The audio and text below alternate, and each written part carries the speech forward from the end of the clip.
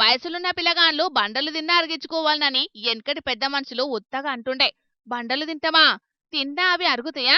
మరి ఉత్తరప్రదేశ్ గజియాబాద్ కాడుండే గీ సచినన్న ఆ ముచ్చటను మస్తు సీరియస్ గా తీసుకున్నట్టున్నాడు. కొండ శిల్వ మింగినట్టే కానొచ్చిన 29 స్టీల్ చెంచాలను, 19 పండ్ల బ్రష్లను, ఓ 2 పెన్నులను ఆ ముక్క పెట్టిండు. ఇంతకు రొట్టె సబ్జీ తినాల్సిన నోటితోని స్టీల్ సామాన్లను ఎందుకు మింగిండంటే దీనికి పెద్ద స్టోరీనే ఉన్నదొల్లా. ఈయన మంచి పోతవరి అట. అంటే గదెనొల్లా, మందు సుక్కలను పొద్దుమాపు తేడా లేకుండా పోత వస్తాడట. లీటర్లకు లీటర్లే షీప్ లిక్కర్ను లివర్ లీక్ అయ్యేటట్టు తాగేదట. ఇక ఇంటోళ్ళు ఈయన కథ ఎట్లనో ఉన్నది. ఆయనతో పానం పోతదని మందు మాన్పించే ఉపాయం చేసిండ్రట. తీసుకుపోయి డీ అడిక్షన్ సెంటర్లో వారేసిండ్రట. ఇగాడెట్లుంటది?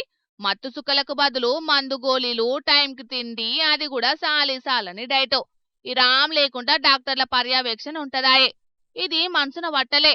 సర్కారు గల్లెపెట్ట నింపేటందుకు అద్దు అదుపు లేకుండా పొద్దు మాపు నిరంతరం కృషి చేసే వాళ్లను పట్టుకొని గింత పనిచేత్తరా అని మస్తుగా రానికొచ్చిండు.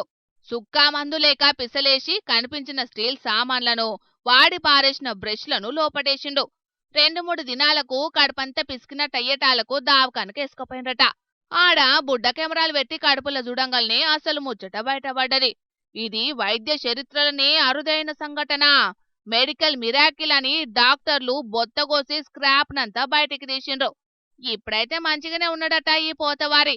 హా, తెల్లెంటికలకి రంగెత్తే ఉన్నెంటికలు పూసినట్టు మందు మాన్పియ చూస్తే కొత్తగా స్టీల్ సామాన్లు తినే అలవాటు మోపైందని మళ్ళో తాపు డీ అడిక్షన్ సెంటర్ కు పంపియరు కావచ్చు వాళ్ళ ఇంటోళ్ళు.